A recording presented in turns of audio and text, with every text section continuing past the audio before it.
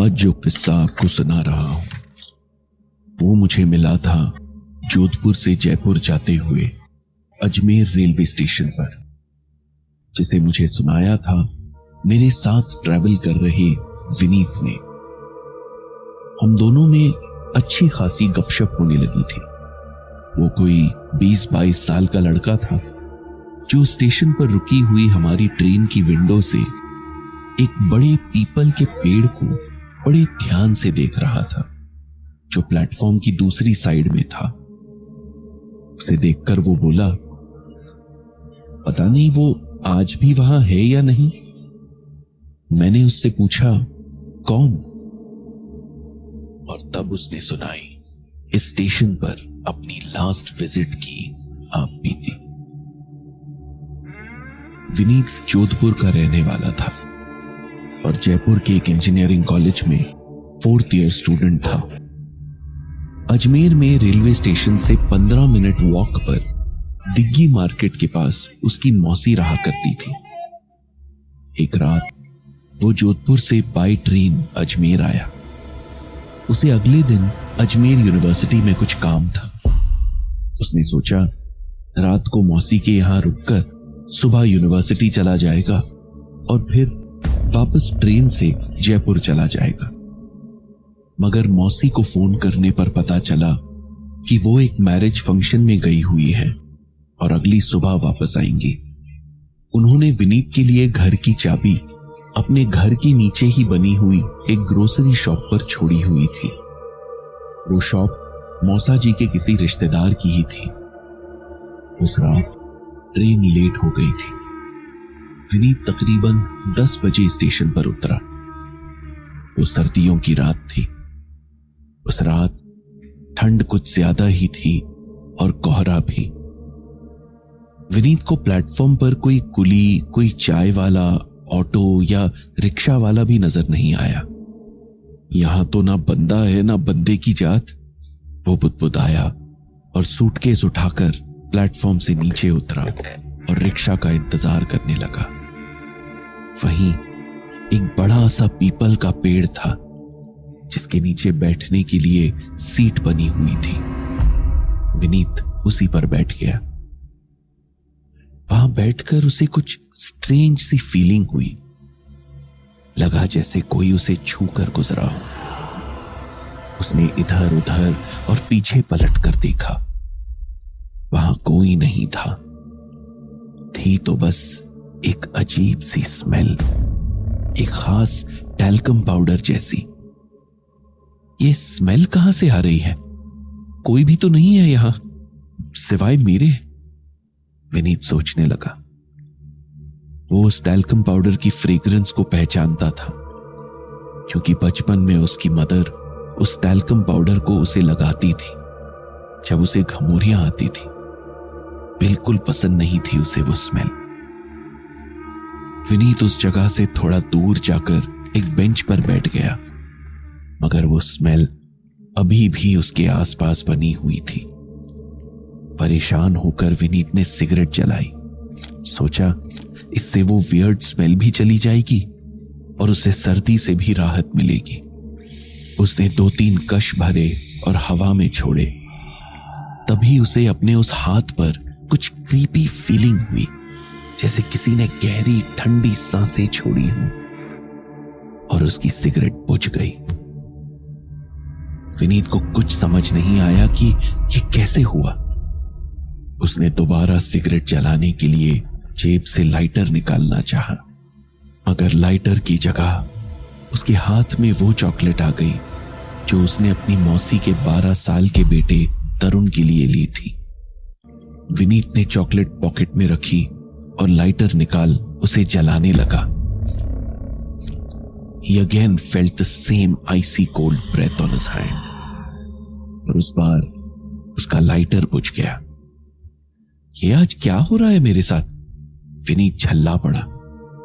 लग रहा था जैसे उसे कोई रोक रहा है सिगरेट पीने से।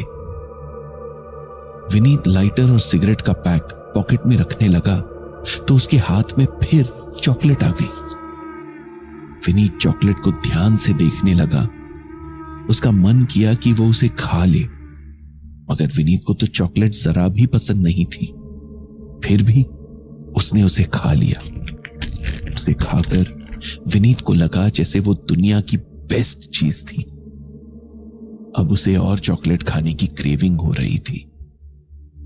विनीत वहां से उठा और स्टेशन से बाहर चौक की तरफ चलने लगा, जहां उसे दूर एक ई रिक्शा नजर आ रहा था। भाई, दिग्गी बाजार चलोगे? जरूर चलेंगे, बैठिए। विनीत रिक्शा में बैठ गया। वो घमोरियों वाले टैल्कम पाउडर की स्मेल अभी भी उसके साथ बनी हुई, जो उसे बेहद इरिटेट कर रही थी। वो स्मेल इतनी तेज थी कि उसे रिक्शा वाले ने भी नोटिस कर लिया। बाबूजी, क्या ये पाउडर आपने लगाया हुआ है? नहीं, मैंने तो नहीं लगाया, मगर पता नहीं कैसे जब से स्टेशन से बाहर आया हूं मुझे भी ये स्मेल आ रही है। अच्छा सुनो, रास्ते में कोई ग्रोसरी या कन्फेक्शनरी शॉप खुली मिले तो जरा रुकना। I want chips and chocolate. Vineet बात पूरी भी नहीं कर पाया था कि रिक्शे वाले ने झटके से रिक्शा रोकी और उतरकर दूर खड़ा हो गया। वो विनीत पर चिल्लाने लगा, हट जाओ मेरे रिक्शे से, मुझे नहीं जाना कहीं।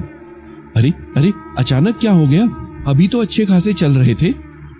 विनीत को रिक्शे वाले का बिहेवियर बड़ा स्ट्रेंज लगा। विनीत ने उसे समझाने की कोशिश की, मगर रिक्शे वाले ने उसकी एक नहीं सुनी। उसने विनीत का सामान उठाकर नीचे पटक दिया और विनीत को धक्का देकर रिक्शे से उतार दिया। फिर रिक्शा लेकर ऐसे भागा जैसे विनीत कोई चोर या भूत हो। विनीत ने रिक्शा वाले को 2-4 गालियां बकी और सामान लेकर आगे चलने लगा। उसकी नजरें बेचैनी से इधर उधर देख रही थी, किसी रिक्शा या ऑटो के लिए नहीं, बल्कि किसी शॉप के लिए, क्योंकि उसे चिप्स और चॉकलेट्स की बहुत ज्यादा क्रेविंग हो रही थी। वो बार बार कहता जा रहा था, I want chips and chocolates, I want chips and chocolates. Vineet अपना सूटकेस और हैंडबैग लेकर पैदल चलने लगा और आखिरकार हांफते हुए मौसी के घर के नीचे पहुंचा। मार्केट की सारी शॉप्स बंद हो चुकी थी, सिर्फ एक खुली थी, मौसी के घर के नीचे वाली ग्रोसरी शॉप, जहां एक अंकल विनीत का इंतजार कर रहे थे उसे चाबी देने के लिए। विनीत को आता देख उन्होंने शॉप का शटर बंद किया और उसे घर की चाबी देते हुए कहने लगे, बहुत देर करती बेटा, कब से तुम्हारा इंतजार कर रहा हूं। हाँ अंकल जी, देर तो हो गई, but if you don't mind, क्या आप शॉप खोल सकते हैं? I want chips and chocolates. वो अंकल विनीत को ध्यान से देखने लगा। विनीत उनसे किसी बच्चे की तरह रिक्वेस्ट कर रहा था। उन्होंने वापस शॉप का शटर खोल दिया। अंदर रखी चॉकलेट्स, चिप्स और कुकीज के पैकेट देखकर विनीत की आंखें खुशी से चमक उठी। उसे लगा जैसे वो सब उठा ले जाए, but at the same time he was so surprised.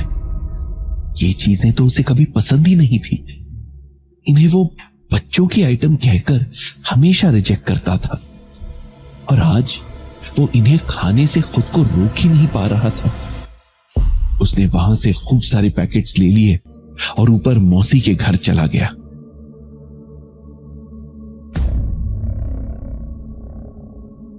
घर पहुंचकर उसने अपना सामान एक और पटका और जमीन पर ही बैठकर उन पैकेट्स को खोल खोल कर तेजी से खाने लगा। 10 बड़ी chocolates, 8 packet chips, 4 packet cookies खाने के बाद भी उसकी भूख नहीं मिटी। वो बढ़ती ही जा रही थी। वो खाता जा रहा था, मगर उसकी क्रेविंग खत्म नहीं हो रही थी। विनीत जानता था कि मौसी तरुण के लिए भी ये सब सामान लाकर रखती है। वो किचन में गया, फ्रिज में, अलमारियों में, जहां भी उसको चॉकलेट, चिप्स, कुकीज वगैरह मिले वो सब खा गया। और फाइनली खाते खाते वो वहीं हॉल में सो गया। सोते हुए भी विनीत महसूस कर रहा था जैसे वो पूरा घर टैल्कम पाउडर की स्मेल से भर गया था। उसे पूरी रात अजीब आवाजें आ रही थी, जैसे कोई किचन में कुछ ढूंढ रहा हो, रसोई का सामान बिखेरते हुए, जैसे उसके आसपास कोई घूम रहा हो कुछ खाते हुए। सुबह जब मौसी घर आई तो अपने घर का हाल देखकर हैरान रह गई। हर जगह चिप्स, चॉकलेट, कुकीज के खाली पैकेट पड़े हुए थे।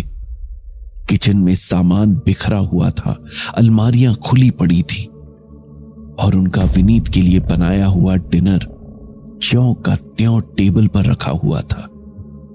विनीत फर्श पर ही बेसुध लेटा हुआ था। उसका शरीर बुखार से तप रहा था। उसके हाथों में अभी भी चिप्स का खाली पैकेट था और उसमें से अभी भी उसी नीले टैल्कम पाउडर की स्मेल आ रही थी। मौसी विनीत को इस हाल में देखकर घबरा गई। विनीत, उठो बेटा, जल्दी उठो और चलो मेरे साथ।